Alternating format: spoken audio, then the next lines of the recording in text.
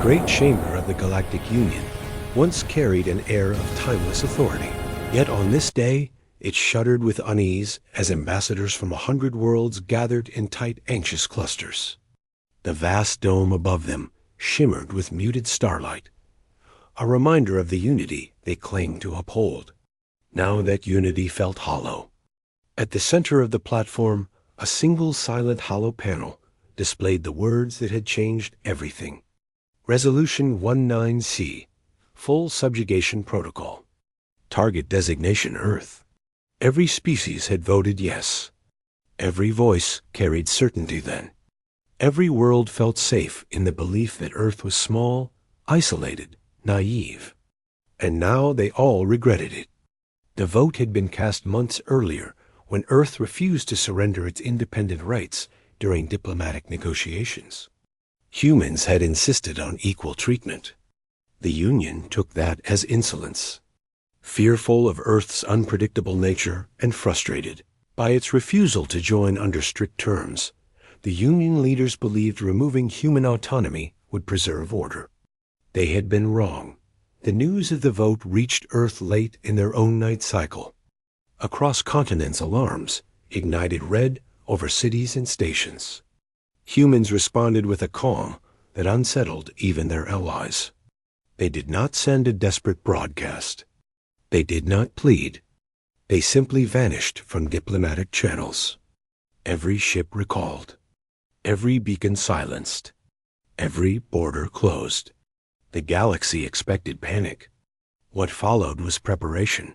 For weeks the Union waited for retaliation, yet none came. Their fleets advanced toward the Sol system with quiet confidence, believing Earth would surrender quickly. Then something no one predicted occurred. The moment the first Union ships crossed the heliosphere, their instruments failed. Navigation dissolved into static. Pulse drives stalled. Gravity fields twisted. Dozens of vessels drifted helplessly near the outer planets. Rescue teams attempted to contact them, yet could not. Humans had activated what they later named the Veil Shield. It covered the entire solar system in a dense interference network that blocked foreign access. No one had ever seen its like. The Union did not understand how Earth created it. They only understood one thing. They were suddenly locked out. Fear spread through the Union Council. This was not the response they imagined. They expected negotiation or cries for mercy. They expected humans to bend. Instead, Earth sealed itself inside an invisible fortress. Weeks turned into months. Not a single transmission emerged. Rumors grew. Some said humans were preparing weapons beyond known science. Others claimed humans had built a fleet capable of erasing star systems. None of it could be confirmed. Silence itself became a threat. Inside the Veil Shield, Earth worked with relentless focus. Humanity had long hidden its greatest projects from the galaxy. Over centuries they had developed technologies they considered too dangerous to share. Now, with the vote for their enslavement recorded and their fate declared, they decided to reveal the side of themselves they always hoped never to use. Scientists worked in orbital shells that glowed like silver rings. Engineers tested engines that folded space in clean arcs. Pilots trained in environments that shifted gravity in unpredictable ways. The world united in purpose. They would not attack first, but they would ensure no one could ever threaten them again. Months later, the first wave of Union fleets attempted to pierce the Veil Shield. They believed Earth weakened. They believed humans afraid. They believed the lack of retaliation meant lack of strength. Their fleets advanced in geometric formation with confidence flowing through every command channel. Then the shield opened on its own. A single corridor formed in the interference field. It stretched like a narrow tunnel, reaching out toward the approaching fleets. Union admirals hesitated.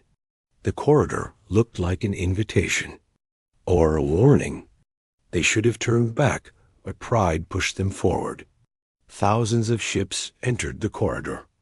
The moment they crossed the midpoint, the shield closed behind them. Their instruments lit with alerts. Something massive appeared ahead. A vessel unlike anything in recorded history drifted from the darkness.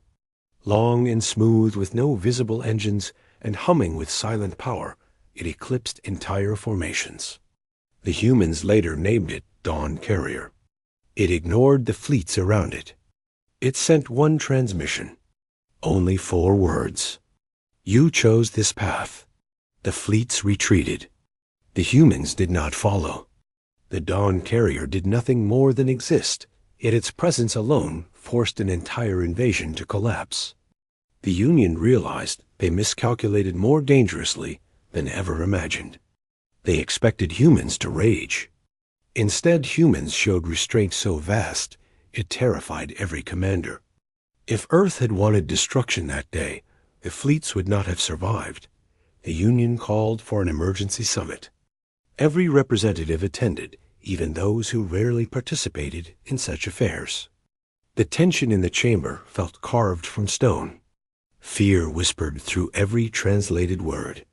Some demanded preparations for total war. Others demanded apology. All agreed they must understand Earth's new capabilities. Yet none dared approach the veil shield again. Then, on a quiet cycle with no warning, Earth finally broadcast a message. It appeared simultaneously in every Union communication array. The voice that spoke carried no anger and no trembling. It was firm, calm, and absolute. We are aware of your vote. We are aware of your intent. We are aware of your fear.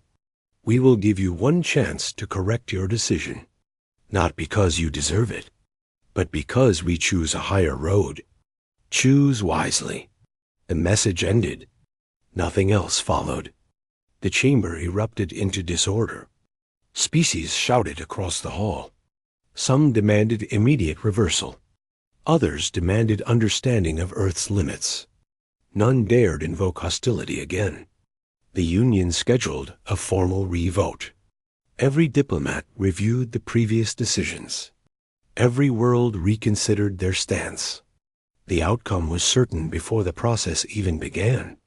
Every species voted to rescind Resolution 19C. Every species voted to open peace talks.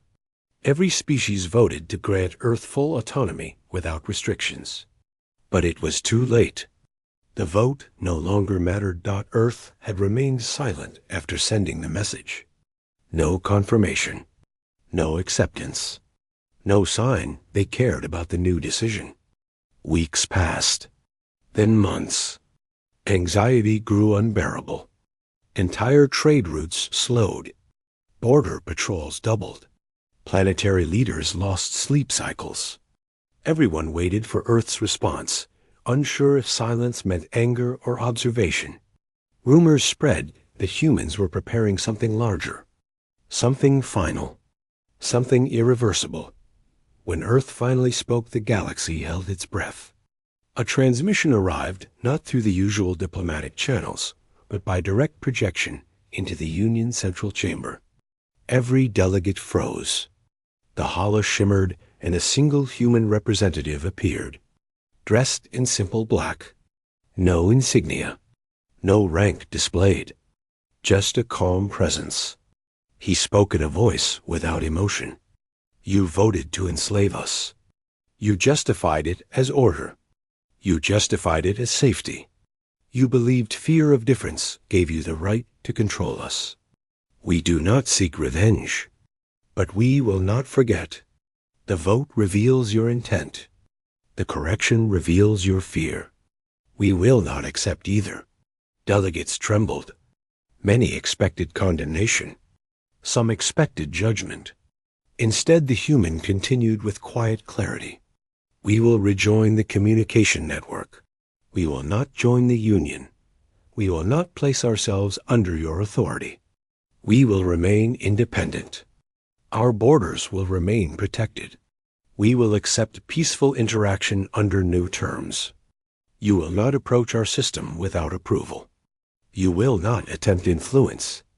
You will not interfere in our affairs. And you will not vote on our fate again. No one dared oppose the declaration. The chamber remained silent as the human delivered the final statement. Understand this. We do not rise because we desire dominance. We rise because you forced us to reveal what we kept hidden. We hoped for cooperation. You responded with the intent to chain us. Now you plead for mercy. We offer it, but not unconditionally. If you breach these terms, you will face consequences beyond any measure you have known. The message ended. The hollow faded. Yet the weight of the words remained, carved into the chamber. In the following cycles, the Union shifted its stance completely. They sent delegations not to command, but to apologize. Worlds that once mocked Earth now praised its discipline. Leaders who once voted for subjugation now admitted their fear. They tried to rebuild trust through cooperation. They pleaded for trade agreements. They requested knowledge exchange. They offered every diplomatic gift possible. Earth accepted none. Human ships appeared in neutral zones observing silently. They never fired. They never threatened. They simply existed as reminders. Their mere presence shaped policy across the galaxy. Entire fleets rerouted to avoid provoking them. Entire governments rewrote laws to respect Earth's autonomy. The galaxy moved carefully around the power rising in the Sol system. Yet humans did not isolate themselves completely. When smaller civilizations struggled, Earth delivered aid without demanding allegiance. When border conflicts erupted, Earth mediated with calm fairness. When natural disasters struck distant colonies, Earth deployed rescue ships faster than any Union force. These actions earned humanity new allies. Worlds that once saw humans as unpredictable now saw them as protectors who acted not out of dominance, but out of principle. This shift confused many Union leaders. They expected retaliation. Humans gave compassion. They expected conquest. Humans offered stability. They expected grudges. H